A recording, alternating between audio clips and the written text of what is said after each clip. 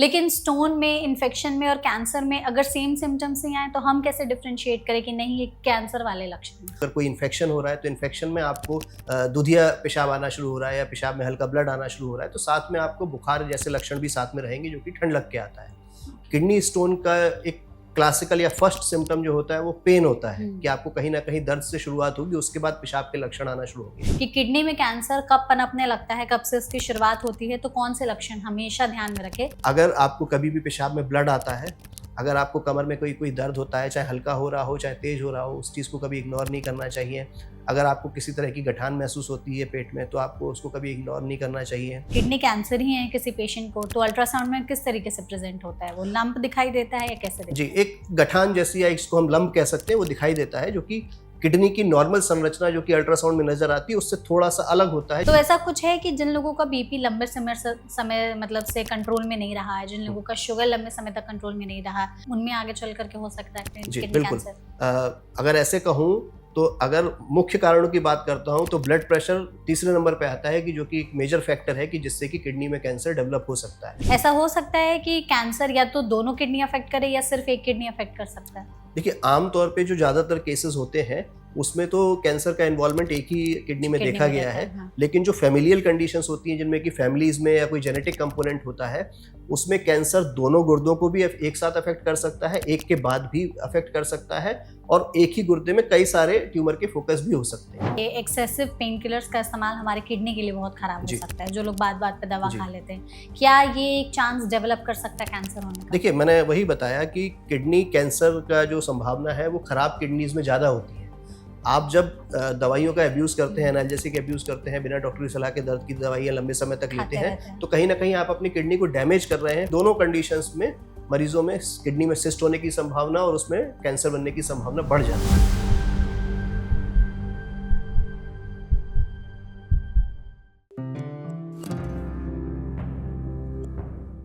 अक्सर किडनी में कुछ भी गड़बड़ी होने लगते हैं ना, तो लोगों को लगता है शायद किडनी में स्टोन हो गया हो या फिर किडनी में इन्फेक्शन हो गया है। लेकिन कई बार ये किडनी कैंसर के भी शुरुआती संकेत हो सकते हैं। आपको बता दें कि किडनी कैंसर को साइलेंट कैंसर के नाम से जाना जाता है, क्योंकि शुरुआत के स्टेजेस में कई बार सिम्टम्स आते ही नहीं हैं। सिम्टम्स तब आते हैं जब जो प्रॉब्लम है वो बहुत ज़्यादा एडवांस हो चुकी होती है, क्योंकि अक्सर लोग शुरुआती लक्षणों को स्टोन, इन्फेक्शन, इस तरीके की प्रॉब्लम से कंफ्यूज होकर के देखते हैं और लगातार उसी का इलाज करते रहते हैं। लेकिन आप इस तरह के कंफ्यूजन में ना पड़े। अगर आपको किडनी कैंसर है तो कैसे उसका समय रहते आप लक्षण पहचान करके इलाज करा सकते हैं, इसके लिए हमने आज के सेशन को ऑर्गेनाइज किया है, जिसमें हम इस टॉपिक के बारे में विस्तार से बातचीत करेंगे। जिसके लिए हमारे साथ इस सेशन में बहुत ही स्पेशल एक्सपर्ट मौजूद हैं। हमारे साथ हैं डॉक्टर अंकुर भटनागर, जो कि सीनियर कंसल्टेंट हैं, यूनिट हेड यूरोलॉजी और kidney transplantation department, Sarvodaya hospital में। तो डॉक्टर, सबसे पहले तो इस सेशन में आपका बहुत बहुत स्वागत है। Thank you so much doctor, हमारे साथ जुड़ने के लिए। और बिना किसी देरी के सेशन को हम लोग शुरू करते हैं। मेरा सबसे पहले सवाल आपसे यही होगा कि अगर किसी को समझना हो कि किडनी स्टोन में, किडनी के इन्फेक्शन में और किडनी के कैंसर में क्या डिफरेंस है, तो सिंपल लैंग्वेज में पहले वो बताइए। देखिए, अगर किसी को किडनी में इन्फेक्शन है या किडनी में स्टोन है तो वो आपको लक्षण देंगे, लेकिन किडनी कैंसर लगभग 60% केसेस में आपको किसी तरह का कोई वार्निंग साइन या कोई लक्षण देता ही नहीं है। तो अगर आपको पेशाब में कोई ब्लड आ रहा है या कमर में कोई दर्द हो रहा है या फिर ठंड लग के बुखार आने की सिम्टम्स डेवलप हो रहे हैं, तो इसका ये मतलब है कि कहीं ना कहीं किडनी का इन्वॉल्वमेंट है और हमें प्रॉपर स्क्रीनिंग की ज़रूरत है, जिसमें कि प्राइमरी इन्वेस्टिगेशंस हम कराते हैं। उस बेसिस पे फिर हमारी डायग्नोसिस बनती है कि क्या स्टोन की प्रॉब्लम है, इन्फेक्शन है, या फिर आगे चल के कोई बड़ी चीज़ हो सकती है, जैसे कि कोई ट्यूमर हो सकता है। बिल्कुल। अक्सर कहा जाता है कि जैसे किडनी में कोई भी दिक्कत हो तो सबसे पहले आपकी यूरिन में बदलाव आते हैं। यूरिन आपकी किडनी का आईना है। लेकिन स्टोन में, इन्फेक्शन में और कैंसर में अगर सेम सिम्टम्स ही आए तो हम कैसे डिफरेंशिएट करें कि नहीं ये कैंसर वाले लक्षण हैं? देखिए, ऐसे देखा जाए तो सिम्टम्स को डिफरेंशिएट करना मुश्किल है। जो अदर कंडीशंस, अगर हम कैंसर से हटके अगर बात करते हैं कि अगर कोई इन्फेक्शन हो रहा है तो इन्फेक्शन में आपको अगर यूरिन में कोई बदलाव भी आ रहा है, कि जैसे अगर दूधिया पेशाब आना शुरू हो रहा है या पेशाब में हल्का ब्लड आना शुरू हो रहा है, तो साथ में आपको बुखार जैसे लक्षण भी साथ में रहेंगे, जो कि ठंड लग के आता है। किडनी स्टोन का एक क्लासिकल या फर्स्ट सिम्टम जो होता है वो पेन होता है, कि आपको कहीं ना कहीं दर्द से शुरुआत होगी, उसके बाद पेशाब के लक्षण आना शुरू होंगे।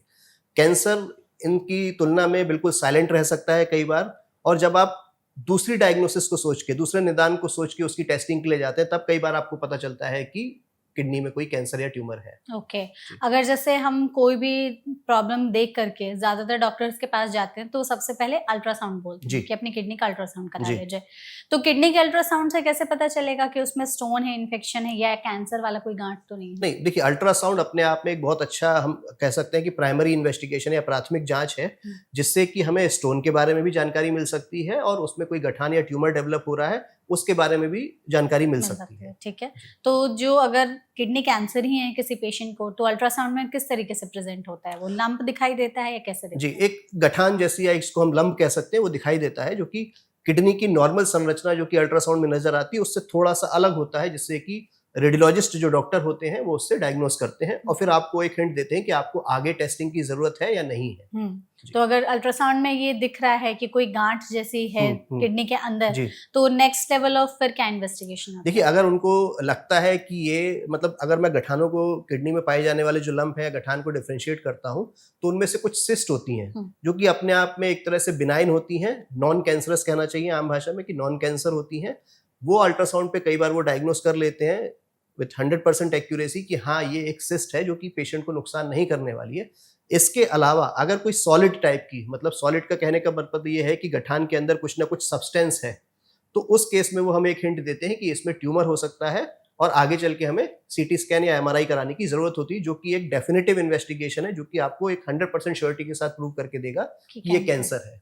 इसमें ऐसा होता है डॉक्टर कि जैसे कैंसर में बायोप्सी भी कई बार जरूरत पड़ती है, तो क्या किडनी में से भी कुछ टुकड़े लेकर के जांच के लिए जाते हैं? जी, आमतौर पे अगर इसको वैसे कहा जाए तो किडनी कैंसर एक रेडियोलॉजिकल डायग्नोसिस होती है, मतलब आप सीटी या एमआरआई की बेसिस पे उसको 100% एक्यूरेसी से डायग्नोस कर सकते हैं। लेकिन अगर ट्यूमर छोटा है और उसके अलावा कोई और सिम्टम या साइन नहीं दे रहा है, मतलब उसके एडवांसमेंट के या बॉडी में फैलने के कोई लक्षण नहीं आ रहे हैं, तो ऐसे केसेस में हमें डिफरेंशिएट करना जरूरी होता है कि क्या हम किसी कैंसर की तरफ देख रहे हैं या नॉन कैंसर बिनाइन कंडीशन तो नहीं है, क्योंकि आगे चल के दोनों कंडीशंस का ट्रीटमेंट बिल्कुल अलग हो सकता है और हमें ट्रीटमेंट को जस्टिफाई करने के लिए भी एक बायोप्सी की जरूरत पड़ती है। ठीक है। जी। तो अगर जैसे किडनी कैंसर का इवैल्यूएशन हो गया अल्ट्रासाउंड के जरिए, तो उसमें ऐसा होता है कि कई बार लोग बोलते हैं कि अल्ट्रासाउंड में तो चीजें, लंप जो है वो तो छोटा दिखाई दे रहा है बट सिम्टम्स बहुत ज्यादा आ रहे हैं, या फिर लंप का साइज बहुत बड़ा है बट सिम्टम्स बिल्कुल भी नहीं आ रहे हैं, तो ऐसा हो सकता है? बिल्कुल ऐसा हो सकता है।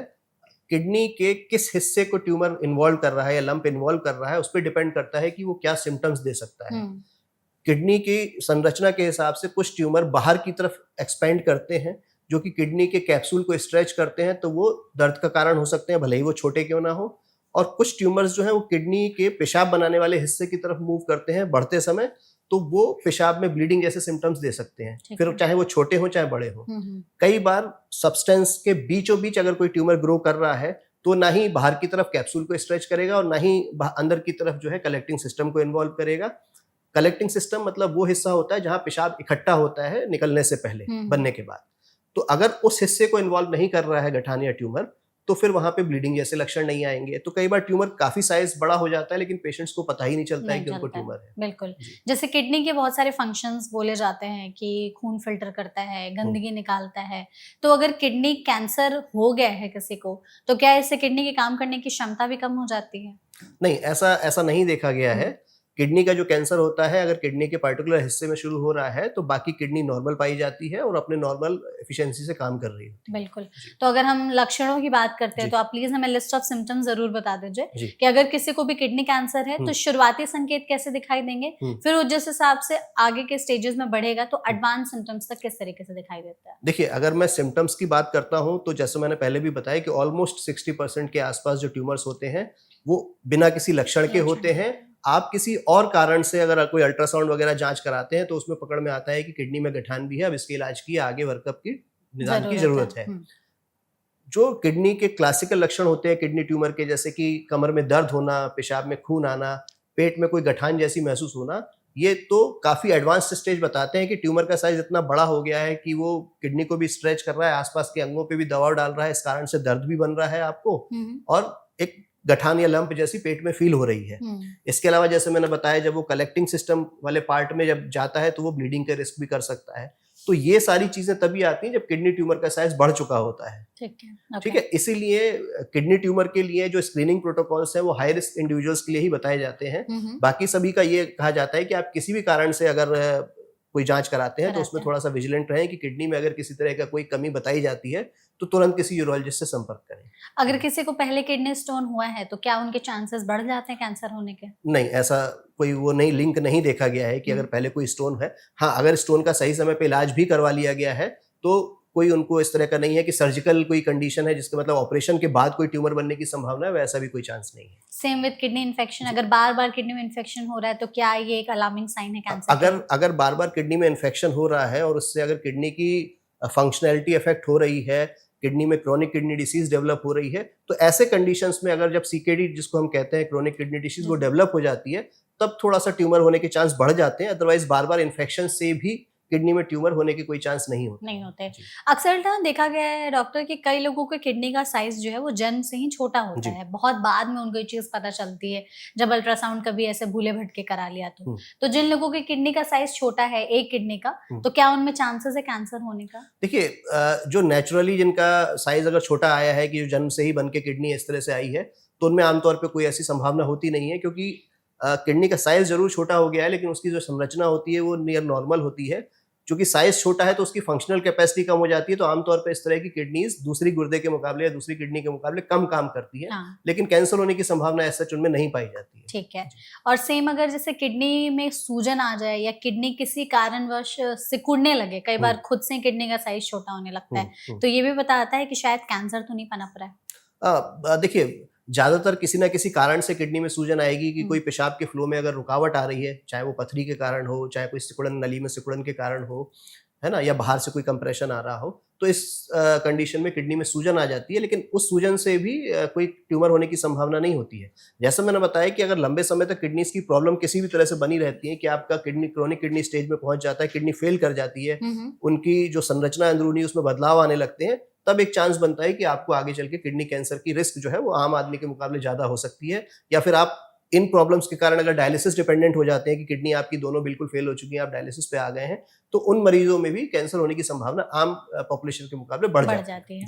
पेन किलर्स की हम लोग बात करते हैं कि एक्सेसिव पेन किलर्स का इस्तेमाल हमारे किडनी के लिए बहुत खराब हो सकता है, जो लोग बात पे दवा खा लेते हैं, क्या ये एक चांस डेवलप कर सकता है कैंसर होने का? देखिए, मैंने वही बताया कि किडनी कैंसर का जो संभावना है वो खराब किडनीज में ज्यादा होती है।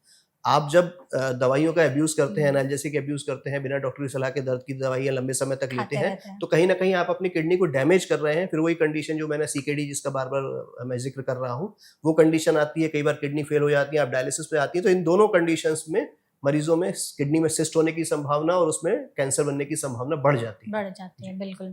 हम लोग जैसे अभी जितने चीज़ों के बारे में हम लोगों ने बात की है, इसमें क्या कुछ स्पेसिफिक लोग हैं जो रिस्क पर हैं कि इन लोगों में, मतलब पूरे इंडिया के पॉपुलेशन में ये लोग ज्यादातर खतरे पर हैं कि इनमें किडनी कैंसर हो सकता है? देखिए, किडनी कैंसर के अगर हम यहाँ से अगर शुरू करते हैं तो मैं मुख्य कारण बता देता हूँ कि किडनी कैंसर होने के मुख्य कारण होते हैं तंबाकू का सेवन करना, जैसे smoking is the major cause, है ना। तो स्मोकिंग अगर आप करते हैं और लंबे समय से स्मोक कर रहे हैं तो आम आदमी के मुकाबले ऑलमोस्ट 2 से 2.5 गुना ज्यादा चांस होता है आप में किडनी का ट्यूमर या कैंसर बनने का। इसके अलावा मोटापा, लंबे समय से ब्लड प्रेशर हो, डायबिटीज आपको जिसके कारण किडनीज आपकी खराब हो रही हो, आप अगर डायलिसिस पे डिपेंडेंट है, तो ये सारी कंडीशंस हैं। ये पॉपुलेशन ऐसी है कि जिसमें किडनी कैंसर होने की संभावना आम पॉपुलेशन के मुकाबले या आम आदमी के मुकाबले लगभग 1.5 से 2 गुना या 2.5 गुना तक बढ़ जाती है। इसके अलावा अगर किसी फैमिली में यंग एज में किडनी कैंसर पाया गया है, जो कि किडनी कैंसर की जो एक एज बताई गई है जिसमें आमतौर पे किडनी कैंसर पाया जाता है वो 55 से 75 साल की उम्र में होता है और पुरुषों में ज्यादा पाया जाता है।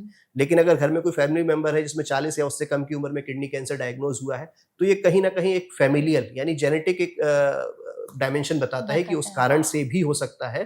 तो ऐसे केसेस में बाकी फैमिली मेंबर्स को भी जेनेटिक काउंसलिंग की जरूरत होती है और उनको पीरियोडिक, मतलब हम करें कि समय समय पर साल में एक बार या 6 महीने से साल में एक बार के बीच में अल्ट्रासाउंड प्राइमरी इन्वेस्टिगेशन है वो करा के अपना ध्यान रखना चाहिए कि कहीं उनको तो नहीं डेवलप हो रहा है, क्योंकि बहुत सारी ऐसी बीमारियां हैं जो कि परिवार में रन करती हैं और उसमें ये कंडीशन बन सकती है कि आपको आगे चल के किडनी का कैंसर हो। तो ऐसे केसेस में हम सजेस्ट करते हैं, रिकमेंड करते हैं कि आप जो है खुद तो उसका इलाज कराइए क्योंकि डायग्नोज हुआ है, लेकिन आपके फैमिली मेंबर्स को भी पीरियोडिकली यानी समय समय पर स्क्रीनिंग की एक सलाह दें। आपने जैसे बीपी और डायबिटीज की बात कही, तो इंडिया में ये बहुत ही बढ़ रहा है। जी, मतलब हर जी, तीसरे चौथे इंसान को हाई ब्लड जी, प्रेशर या जी, शुगर की बीमारी जी, रह ही रही है। जी, तो ऐसा कुछ है कि जिन लोगों का बीपी लंबे समय मतलब से कंट्रोल में नहीं रहा है, जिन हुँ, लोगों का शुगर लंबे समय तक कंट्रोल में नहीं रहा, ना उन्होंने डाइट में कुछ चेंजेस किए, ना वो दवा टाइम पर खा रहे हैं, उनमें आगे चल करके हो सकता है जी, किडनी बिल्कुल। कैंसर? अ, अगर ऐसे कहूँ तो अगर मुख्य कारणों की बात करता हूँ तो ब्लड प्रेशर तीसरे नंबर पे आता है कि जो कि एक मेजर फैक्टर है कि जिससे कि किडनी में कैंसर डेवलप हो सकता है। ओके। और ओवरऑल रिस्क की अगर बात करें तो किसी भी आम आदमी के मुकाबले 1.5 से 2 गुना चांस रिस्क होता है। है, मतलब टाइम्स रिस्क होता है उसमें किडनी कैंसर डेवलप होने का। तो लॉन्ग स्टैंडिंग बीपी जो है वो हमेशा एक नुकसान का कारण होता है। डायबिटीज पर से, मतलब अगर डायबिटीज खुद जाके कैंसर को इंड्यूस करती है तो इस तरह का तो कोई खास एविडेंस नहीं नहीं मिलता है, है, कुछ हाँ। एक रिपोर्ट्स आती हैं। लेकिन डायबिटीज का असर किडनी की फंक्शनिंग पे आता है, वो कहीं ना कहीं किडनी को खराब करता है और वो खराब किडनी में फिर कैंसर होने की संभावना बनती बढ़ है। जाती है। जी, ऐसे जैसे पोटेशियम के लिए कहा जाता है कि अगर किडनी के मरीज़ हैं आप, तो हाई पोटेशियम डाइट हो गया, हुँ, नमक हो गया, जी, इस तरह की चीज़ें अवॉइड करें। जी, अगर किसी की किडनी पहले से डैमेज है, हुँ, स्टिल वो लोग हाई पोटेशियम डाइट ले रहे हैं, हुँ, जैसे केला हो गया, नारियल पानी हो गया, जी, नमक बहुत ज़्यादा मात्रा जी, में ले रहे जी। हैं, तो क्या इससे बहुत ज़्यादा अगर किडनी पर इंसल्ट हो रही है, तो वो कैंसर में तब्दील हो सकती है? देखिए, ये तो अपने आप में ही किडनी को परेशान करते ही करते हुँ, हैं, क्योंकि किडनी का काम है खून को फ़िल्टर करना। बिल्कुल। ये जो आयन्स हैं या इलेक्ट्रोलाइट्स हैं, अगर अपने नॉर्मल बैलेंस में नहीं रहेंगे तो इनका असर तो बॉडी के सारे अंगों पे रहता है। तो अगर किडनी पोटेशियम को फ़िल्टर नहीं कर पा रही है खराबी के कारण, तो पोटेशियम लेवल ज़्यादा रहेगा तो आपके हुँ, हार्ट पे असर हो सकता है उसका। सोडियम ज़्यादा रहेगा तो जो बीपी ऑलरेडी खराब किडनी के कारण बढ़ा हुआ है, वो और शूट अप करने के बढ़ चांस जा रहते हैं, सकता है। जिसके नुकसान दूसरे अंगों पे पड़ सकते हैं। हुँ, हुँ, तो अगर देखा जाए तो इलेक्ट्रोलाइट इम्बैलेंस कहीं न कहीं ऑलरेडी आपकी किडनी खराब है उस चीज़ को शो कर रहा बिल्कुल। है कि नहीं? तो अगर ऑलरेडी किडनी खराब है तो फिर आप ऑलरेडी थोड़ा-सा हायर रिस्क पे रिस्क हैं। पर हैं, जी। हाँ। तो ऐसे में कुछ इमरजेंसी साइन्स भी होते होंगे? अगर किसी ने लेट्स सपोज़ कराया ही नहीं कभी अल्ट्रासाउंड हुँ, अपनी लाइफ़ में हुँ, और उनको कैंसर है जो धीरे-धीरे, धीरे-धीरे बढ़ ही रहा है, तो हुँ। कुछ ऐसे इमरजेंसी वार्निंग साइन्स जो उनको तुरंत हॉस्पिटल में एडमिट कराने की नौबत पर ले आ सकता है? देखिए, अगर आपको किसी भी तरह से ऐसा फ़ील हो रहा है कि कमर में आपके दर्द बन रहा है, हुँ, अचानक से शुरू हुआ हो या धीरे-धीरे करके बढ़ रहा हो, या पेशाब में अगर खून आता है, तो आपको बिल्कुल भी इसको इग्नोर नहीं नहीं करना करना है। चाहिए। कई बार लोग इस तरह से इग्नोर करते हैं कि अरे मैंने कल मसालेदार खाना ज़्यादा खा लिया था, हाँ, तो या कुछ ऐसा खाने में लाल मांस टाइप का या कुछ ऐसी चीज़ आ गई कि मेरा पेशाब लाल है या गाढ़ा-सा है, तो वो उसको साइन ऑफ डिहाइड्रेशन मान लेते हैं। हुँ, लेकिन कहीं न कहीं वो उसको इग्नोर कर देते हैं, या तो मन में उनके डर रहता है कि मैं कोई जाँच कराऊँगा तो उसमें कोई परेशानी ना निकल आए। हाँ, लेकिन उस चीज़ को इग्नोर नहीं करना चाहिए। ब्लीडिंग और एक पेन, ये एकदम आपके वार्निंग साइन्स हैं कि आपको तुरंत जाके इसकी जाँच करानी चाहिए, हुँ, हुँ, क्योंकि यही वो समय है कि अगर इससे आप लेट करेंगे तो बीमारी बढ़ेगी और फिर उसके लाइलाज होने का संभावना बढ़ जाती है। बिल्कुल। जी, कहा जाता है कि जैसे कैंसर ऐसी बीमारी है जो हमेशा वापस आने की जी, जिसके चांसेस रहते जी, हैं। जी। क्या ऐसा होता है कि जिनको पहले किसी और बॉडी ऑर्गन में कैंसर हुआ है, वो हुँ। वापस अगर आता है तो किडनी में हो सकता है?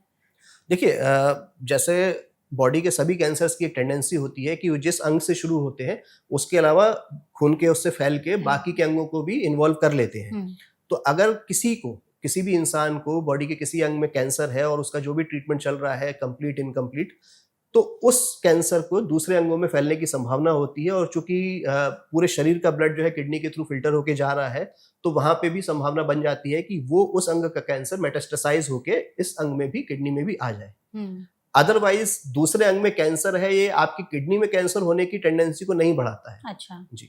लेकिन ऐसा कुछ है कि किडनी पहले वाला जो कैंसर था वो किडनी के अराउंड वाले ऑर्गन्स में हुआ था, हम्म, तो वहाँ से फैल करके किडनी में आ गया? बिल्कुल।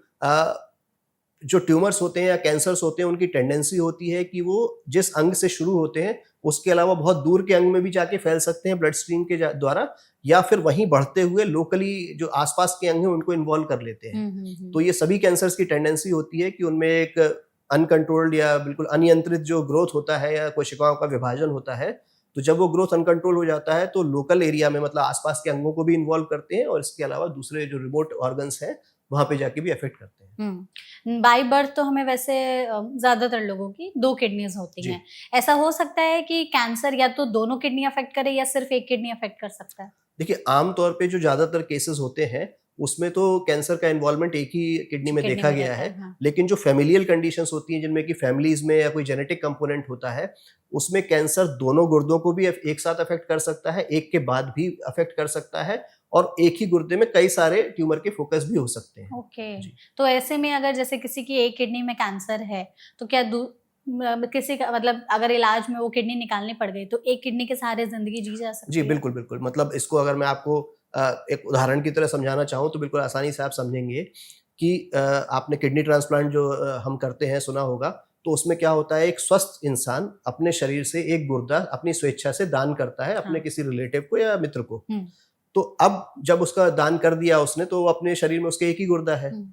अदरवाइज़ एक गुर्दे के साथ वो अपनी पूरी ज़िंदगी अच्छे आराम से खुशी से जीता है, उसको कोई परेशानी नहीं होती है। तो सेम इसी तरह से है कि अगर किडनी का ट्यूमर इतना बड़ा हो गया है कि हमें पूरी किडनी निकालने की निकालनी ज़रूरत पड़े पड़ तो। रही है और हुँ। दूसरी किडनी अगर हेल्दी है, तो उसको परेशान होने की, चिंता होने की ज़रूरत नहीं है, बीमारी शरीर से निकल गई है, बाकी उसका शरीर जो है वो एक किडनी से आराम से ज़िंदगी भर चलेगा। और अगर किडनी का इलाज हमें समझना हो कि किस तरीके से होता है, तो क्या हर स्टेज पर इलाज भी बदल जाता है? जी। बेसिकली किडनी कैंसर जो होता है वो एक सर्जिकल डिसीज़ होती है। मतलब इसमें अगर आप ऑपरेशन करते हैं तो उसके रिज़ल्ट्स ज़्यादा अच्छे होते हैं। आम तौर पे जो कैंसर्स होते हैं जब वो स्टेज 2 से ऊपर निकल जाते हैं, 3 और 4 में आते हैं तो कई बार आपको कीमोथेरेपी, रेडियोथेरेपी की ज़रूरत पड़ती है, आप सर्जरी नहीं कर पाते हैं। लेकिन किडनी कैंसर में ऐसा पाया गया है कि अगर स्टेज 1 यानी किडनी में ही अगर ट्यूमर का फ़ोकस है, शरीर में और कहीं फैला हुआ नहीं है, तब तो सर्जरी करने से बहुत फ़ायदा होता ही होता है। अगर वो आगे भी बढ़ जाता है तो जो आगे आप जो थेरेपी उनको देंगे, जो इम्यूनोथेरेपी वगैरह देते हैं, उसमें भी अगर आप किडनी को निकाल देते हैं या ट्यूमर को निकाल देते हैं तो उनकी इफ़ेक्टिविटी बढ़ जाती है। हुँ। तो हर हाल में अगर सर्जरी करते हैं किडनी ट्यूमर में तो काफ़ी सर्वाइवल के चांस और आगे जो प्रोग्नोसिस जिसको हम कहते हैं वो काफ़ी अच्छा रहता है। तो क्या हर किडनी कैंसर में सर्जरी ही लास्ट ऑप्शन होती है? उसके पहले भी अलग लेवल ऑफ देखिए ट्रीटमेंट होता है? ट्यूमर के साइज़ के हिसाब से कई सारे ऑप्शंस बताए गए हैं। इसमें कुछ लोकल एब्लेटिव थेरेपीज़ भी होती हैं जिसमें कि आप ट्यूमर को वहीं के वहीं बंद कर देते हैं रेडियो फ्रीक्वेंसी से। इसके अलावा किसी ज़माने में जब ये सारी टेक्निक्स अवेलेबल नहीं थी तो किडनी का ट्यूमर चाहे छोटा हो, बड़ा हो, पूरी किडनी निकालने की सलाह दी जाती पड़ती थी। थी, हाँ। लेकिन आजकल एक कॉमन टर्म आप सुन रहे होंगे पार्शियल रेफ्रेक्टमी, जिसमें कि ट्यूमर को ही निकाल दिया जाता है। अगर ये ट्यूमर थोड़ा-सा भी बड़ा है तो आधी किडनी निकाल के काम चला लिया जाता है, जिससे कि अच्छा। जो आपकी आधी किडनी है वो कम से कम बॉडी में रहती है, नॉर्मल फंक्शनिंग करती है, तो आपकी दूसरी किडनी पे किसी तरह का कोई ज़ोर नहीं रहता है। ओके। तो ये जो आपने ट्रीटमेंट हमें बताया, ये किस तरीके से डिसाइड होता है कि कौन-सा कैंडिडेट फिट है इस हुँ। ट्रीटमेंट के लिए अगर उनको किडनी कैंसर है तो? देखिए, आजकल जैसा मैंने बताया ना कि एडवांसमेंट आया है, हुँ। नई रिसर्चेज़ हुई हैं, तो उसके हिसाब से देखा गया है कि आपको पूरी किडनी निकालने की ज़रूरत नहीं है। जैसे किसी ज़माने की अगर मैं बात करता हूँ कि ट्यूमर अगर छोटा भी है, 2 सेंटीमीटर का भी है, 3 सेंटीमीटर का भी है, 4 सेंटीमीटर का भी है, 5 तो ऐसा माना जाता था कि पूरी किडनी ही निकालनी पड़ेगी। पड़ेगी, हाँ। लेकिन आगे चल के रिसर्चेज़ में पाया गया है कि अगर हम सिर्फ़ ट्यूमर को निकाल दें या आधी किडनी का पार्ट जो कि ट्यूमर को इन्वॉल्व कर रहा है, वो निकाल दिया जाए, तो भी उसकी जो सर्वाइवलिटी होती है या ट्यूमर कंट्रोल होता है, वो उतना ही अच्छा होता है जितना कि किडनी निकालने से होता है। हुँ। तो आजकल जो रिकमेंडेशन होता है ट्यूमर्स के लिए, चाहे साइज़ थोड़ा ज़्यादा भी क्यों ना हो, 5-6 सेंटीमीटर तक भी जा रहा हो, लेकिन अगर उसकी लोकेशन, ट्यूमर की लोकेशन किडनी में फ़ेवरेबल आती है सर्जिकल, हाँ। तो पार्शियल नेफ्रेक्टमी ही रिकमेंड की जाती है। ठीक है। जी। जो सर्जरी आपने बताया तो ये भी क्या नए कुछ एडवांसमेंट्स आए हैं जैसे ओपन हो गया, जी, जी, लैप्रोस्कोपी, क्या जी। रोबोटिक के बारे में हम जी, लोग जी, सुन बिल्कुल, रहे हैं तो? बिल्कुल। जी, पार्शियल नेफ्रेक्टमी ओपन पद्धति से भी की जा सकती है और नए जो एडवांसेस हैं लैप्रोस्कोपी और रोबोटिक उससे भी की जा सकती है। नए एडवांसमेंट में हमें फ़ायदा ये होता है कि पेशेंट का हॉस्पिटल स्टे शॉर्ट होता है, हाँ। पेशेंट को बड़े-बड़े चीरे नहीं लगे होते हैं। रोबोटिक अगर हम यूज़ करते हैं तो प्रिसिशन अच्छा हो जाता है क्योंकि आपको उसी किडनी में से देख के ट्यूमर को निकालना है। हुँ। आप चाहेंगे कि ट्यूमर का निकालना जो एक्सिशन होता है वो कंप्लीट होना चाहिए, कोई टुकड़ा छूट नहीं जाना छूट नहीं चाहिए जाना बॉडी में जो चाहिए। कि दोबारा से ग्रो कर सकता है। तो रोबोटिक के आने से ये प्रिसिशन बहुत बढ़ गया है। हुँ। फिर उसके बाद जब आप किसी चीज़ को काट के निकालते हो तो उसमें थोड़ा-सा ब्लीडिंग का संभावना रहती है, आपको कटी हुई चीज़ों को जोड़ना होता है। तो रोबोटिक माध्यम से वो चीज़ें और अच्छे से आप कर सकते हैं। हुँ। तो टेक्निकल एडवांसमेंट से डेफ़िनिटली सर्जिकल उसमें इम्प्रूवमेंट हुआ है स्किल्स में। और दूसरा जो इस तरह की कंडीशंस होती हैं जैसे पार्शियल नेफ्रेक्टमी जिसमें कि आपको तुरंत काम करना है, ब्लीडिंग का रिस्क रहता है क्योंकि आप ऑर्गन कटा हुआ है, खून बह रहा है बह और रहा आपको है। जल्दी सर्जरी परफ़ॉर्म करनी है, विथ प्रिसिशन करनी है, तो रोबोटिक इज़ डेफ़िनिटली मतलब बहुत अच्छा ऑप्शन है। इसमें अगर किसी को चूज़ करना हो कि हम कौन-सी सर्जरी कराएँ, पेशेंट चूज़ करते हैं या डॉक्टर बताते नहीं, हैं? पेशेंट की कंडीशन के हिसाब से उसकी रिपोर्ट्स में लोकेशन क्या है ट्यूमर की, साइज़ क्या है, कोई बॉडी में कोई फैलाव तो नहीं है, नहीं उसके है। हिसाब से डॉक्टर उसको एक ऑप्शन की तरह तीनों कंडीशन समझाता है कि हम क्या-क्या ऑपरेशंस इसमें कर सकते हैं। हुँ। हम ओपन करना चाहते हैं, हम रोबोटिक करना चाहते हैं, हम लैप्रोस्कोपी करना चाहते हैं या ट्यूमर इतना छोटा है कि हम रेडियो फ्रीक्वेंसी से उसको वहीं के वहीं बर्न करना चाहते हैं। तो ये सारी चॉइसेस पेशेंट को दी जाती हैं। सभी चॉइसेस के जो इफ़ेक्ट्स हैं, साइड इफ़ेक्ट्स हैं, ये सारे पेशेंट को समझाए जाते हैं और फिर उनको अपनी तरफ से एक एक्सपर्ट राय दी जाती है, रिकमेंडेशन दिया जाता है कि आपके केस में हमें ये करना चाहिए। ओके। फिर उस बेसिस पे पेशेंट आज़ाद होता है, स्वतंत्र होता है अपने हिसाब से डिसीजन लेने के लिए कि उसके लिए क्या बेस्ट है। और इसमें सक्सेस और फेलियर रेट कितना होता है इन सभी सर्जरीज का? देखिए सभी मोडेलिटीज़ जो हैं दे आर वेरी गुड, मतलब बहुत अच्छी हैं, और हमें अगर इफेक्टिविटी की बात करें तो ऑलमोस्ट अपने अपने हिसाब से 100% इफेक्टिव हैं। बस ये होता है कि अगर आप किडनी छोड़ रहे हैं शरीर में और आपको लग रहा है कि ट्यूमर दोबारा से होने की संभावना जैसे किसी भी कैंसर में हो सकती है, तो ट्यूमर निकालने के बाद का जो फॉलोअप होता है वो थोड़ा सा स्ट्रिक्ट हो जाता है। मतलब नियमित तौर पे जब डॉक्टर आपको बुलाता है उसके बाद आपको दोबारा से सीटी कराने हैं, ब्लड टेस्ट कराने हैं, चेकअप कराना है कि दोबारा से तो ग्रो नहीं कर रहा नहीं है। करता, हाँ। देखिए कोई छोटा ट्यूमर है किडनी में लोकलाइज्ड, अगर आपने पूरी किडनी निकाल दी तो आप मान के चलते हैं कि वो निकल गया, बट स्टिल ऐसा नहीं कि उसके बाद हम पेशेंट को बिल्कुल भूल जाते हैं या पेशेंट को बोलते हैं कि आप हमें भूल जाइए। आपको उस समय भी एक स्ट्रिक्ट प्रोटोकॉल फॉलो करना होता है फॉलोअप का। हाँ। लेकिन जब आप इस तरह के एब्लेटिव प्रोसीजर या पार्शियल प्रोसीजर्स करते हैं, साइटोरिडक्टिव जिनको मतलब हम नेफ्रॉन स्पेयरिंग जिसको कहते हैं, किडनी बचाने वाले प्रोसीजर्स, तो उसमें जो फॉलो प्रोटोकॉल होता है वो और थोड़ा सा स्ट्रिक्ट हो जाता है ताकि हम किसी भी तरह से ये रिस्क एलिमिनेट कर सकें कि ट्यूमर दोबारा तो नहीं आएगा और आप स्वस्थ रहेंगे। अगर स्टेजेस वाइज हम बात करते हैं ट्रीटमेंट की, तो कौन से स्टेज में ट्रीटमेंट सबसे बढ़िया सक्सेस रेट हमें देता है और किस स्टेज में सबसे कम देता है? किसी भी कैंसर की बात करूं, ना सिर्फ किडनी की बात करूं, अगर हम स्टेज 1 में हैं या मैक्सिममली स्टेज 2 तक आते हैं, जिसमें कि हर हाल में जो ट्यूमर है या कैंसर है वो आपके उसी अंग से लिमिटेड है, हाँ। तो उस केस में सर्जिकल रिजल्ट्स बहुत अच्छे होते हैं। हाँ। इनफैक्ट सर्जरी करने के बाद दोबारा से ट्यूमर होने की संभावना ना के बराबर होती है, कंप्लीट कंट्रोल हो जाता है, और सर्जरी करना भी थोड़ा सा टेक्निकली आसान रहता है। तो हम ये सजेस्ट करते हैं कि कैंसर की हमेशा अर्ली डायग्नोसिस होनी चाहिए, अर्ली ट्रीटमेंट होना चाहिए। अर्ली ट्रीटमेंट से फायदा ये होता है कि ट्रीटमेंट कंप्लीट भी अच्छे से होता है और ट्रीटमेंट के रिजल्ट्स भी बेस्ट आते हैं। बिल्कुल। अगर हम स्टेज बढ़ते हैं कि थर्ड और फोर्थ स्टेज में जाते हैं तो कई बार क्या होता है कि शरीर में फैलाव हो जाता है, आसपास के अंगों में फैलाव हो जाता है, तो हमारे लिए मुश्किल होता है उस अंग को निकालना। हाँ। ऐसे केसेस में हम पार्शियल का तो सजेशन नहीं देते, लेकिन अगर पूरी किडनी भी निकालनी है तो उस केस में थोड़ा सा टेक्निकली चैलेंजिंग हो जाता है। बट स्टिल किडनी निकालने से जो भी हम आगे का ट्रीटमेंट इम्यूनोथेरेपी वगैरह देते हैं उसकी एफिकेसी बढ़ जाती है, तो वो करना पड़ता है। लेकिन आप खुद ही सोचेंगे कि अगर कोई ट्यूमर ऐसा है कि आसपास के अंगों को इन्वॉल्व कर रहा है, बॉडी में फैला हुआ है, और अगर आपको उसको निकालने की जरूरत पड़ती है तो वो कितना चैलेंजिंग काम हो सकता है। करेक्ट है, बिल्कुल ये चीज़ आपने सही कही। इसमें अगर जैसे जो भी सर्जरीज वगैरह की जाती हैं तो ड्यूरेशन कितना होता होगा? मतलब अगर आज पेशेंट एडमिट हुआ, कितने दिनों तक हॉस्पिटल स्टे रहता है, क्या प्रोसीजर्स होते हैं उनके साथ, और कुछ डूज एंड डोंट्स आप बताते हैं कि आप क्या करें एडमिट होने से पहले या ना करें? देखिए जो सर्जरी की टेक्निक्स मैंने बताई कि अगर कोई ओपन सर्जरी से कराना चाहता है तो आप मान के चलिए कि ओपन सर्जरी के बाद एक अच्छा खासा चीरा होगा उसके पेट पे जिसके थ्रू की किडनी को निकाला जाएगा। तो वो घाव भरने में टाइम लगता है, चूँकि बड़ा घाव है तो पेनफुल होगा, तो ऐसे कंडीशन में हॉस्पिटल स्टे कई बार 5 से 7 दिन का भी हो सकता है। लेकिन जब हम लेप्रोस्कोपी की बात करते हैं कि जिसमें छोटे छोटे कट्स के थ्रू दूरबीन के थ्रू निकाला जाता है पेट से ट्यूमर, या फिर रोबोटिक्स की बात करें तो इसमें छोटे छोटे चीरे आते हैं, बहुत ज़्यादा कोई टाँके लगते नहीं हैं, तो पेशेंट को हॉस्पिटल स्टे 2 से 3 दिन का ही हो जाता है। सबसे अच्छी बात होती है कि उसको पेन में काफ़ी फ़ायदा होता है कि पेन ज़्यादा नहीं होता है, और पेन ज़्यादा नहीं होता है तो वो अपनी रूटीन एक्टिविटीज़ में जल्दी लौटता है, चलना फिरना जल्दी शुरू कर देता है, जल्दी चलना फिरना शुरू कर देता है, तो बॉडी अपने आप में रिकवरी बढ़ जाती है। ये जो सर्जरीज आपने बताई तो इसमें क्या थेरेपीज का भी रोल होता है, इम्यूनो टारगेटेड या फिर कीमोथेरेपीज वगैरह भी दी जाती हैं? तो ये कैसे हेल्प करती है सर्जरीज के साथ में? अगर हम बात करते हैं तो किडनी ट्यूमर एक ऐसा ट्यूमर है जो कि रेडियोथेरेपी से रेजिस्टेंट होता है, मतलब उसका कोई रोल नहीं होता है। अच्छा। और हमारी जो कन्वेंशनल कीमोथेरेपी होती है वो भी उस पर असर नहीं करती है।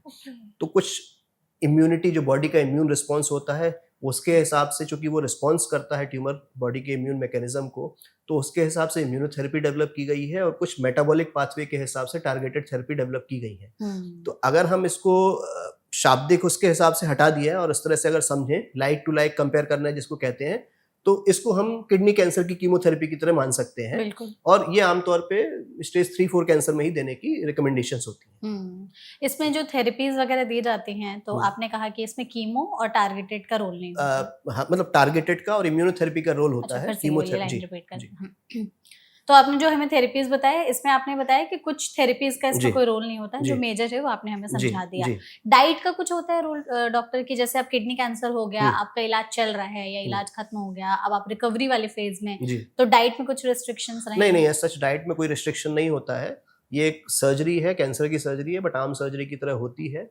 तो जो भी अच्छा न्यूट्रिशियस डाइट आप लेते हैं जिसमें कि फ्रेश फ्रूट्स हों, फ्रेश वेजिटेबल्स हों, फाइबर डाइट ज़्यादा हो, शुगर वगैरह कम हो, नमक कम खाएं, तो ये जो जनरल रिकमेंडेशन किसी भी सर्जरी के बाद या किसी भी कैंसर सर्जरी के बाद दिए जाते हैं, सेम रिकमेंडेशन होते हैं। फिजिकल एक्टिविटी भी रिस्ट्रिक्ट करने की कोई हम लंबी चौड़ी वो नहीं देते हैं सर, आपको नहीं रिकमेंड करते हैं, क्योंकि बेटर ये होता है कि जितनी जल्दी आप फिजिकली एक्टिव होंगे उतनी जल्दी आपकी वुंड हीलिंग होगी और आप अपने काम पे वापस लौट पाएंगे। लेकिन जैसे किडनी का एक काम तो डाइजेशन भी होता है, और अगर हम खाने में बदलाव ना करें तो क्या डाइजेशन इम्पैक्ट नहीं होगा? मतलब हमें एक कॉन्टेक्स्ट समझने के लिए हमारी जी। ऑडियंस को कि कुछ चीजें खाने की मनाही होती है या रिस्ट्रिक्शन होता है, तो वो क्या क्या होते हैं? देखिए, रिस्ट्रिक्शन वही चीज़ों का होता है जो कि आपकी किडनी की हेल्थ को अफेक्ट करें। जैसे अगर हम मान के चलते हैं कि हमने सर्जरी के दौरान आपकी पूरी किडनी निकाल दी है, तो अब फिर पेशेंट के पास शरीर में एक ही गुर्दा है, हाँ। एक ही किडनी है, तो हमें उसकी हेल्थ को मेंटेन करना बहुत ज़रूरी होता है, और इसके लिए जो रिकमेंडेशंस होते हैं कि नमक कम खाना है। कितना? अगर हम जनरल रिकमेंडेशन की बात करें तो दिन भर में 5 ग्राम से ज़्यादा नमक खाने का सलाह नहीं दी जाती है। ये हाइपरटेंसिव पेशेंट्स के लिए भी है, कार्डियक पेशेंट्स के लिए भी है, किडनी पेशेंट्स के लिए भी है। 5 ग्राम कितना होता होगा? आप मान के चलिए कि हाँ, 1 टेबल स्पून हाँ, टेबल स्पून दिन भर में 24 घंटे में, ठीक है। तो वो उतना करीब रहता है। इसके अलावा शुगर कम करेंगे तो जो आपका एक मेटाबॉलिक जो इफेक्ट आ रहा है या डायबिटीज़ की तरफ प्रोन हो रहा है, वो किडनी को आपके नुकसान पहुंचा सकता है, तो वहाँ आपकी किडनी सेफ रहती है। ठीक है। इसके अलावा अब चूंकि एक कैंसर बन चुका है शरीर में, और कैंसर के बनने का मेजर जो कारण होता है वो कहीं ना कहीं डीएनए डैमेज, ऑक्सीडेटिव स्ट्रेस होता है, तो आपको एंटीऑक्सीडेंट्स रिच फूड्स जो होते हैं, जो खाने होते हैं, उनके बारे में सलाह दी जाती है। तो हमेशा ये कहा जाता है कि चाहे कैंसर हो चाहे ना हो, या आप रिकवर कर रहे हो कैंसर से, फ्रेश फ्रूट्स और फ्रेश वेजिटेबल्स जरूर खाएं, ताकि शरीर में एंटीऑक्सीडेंट्स पर्याप्त मात्रा में रहें और इस तरह की किसी भी प्रॉब्लम से वो अंदर ही अंदर फाइट करें।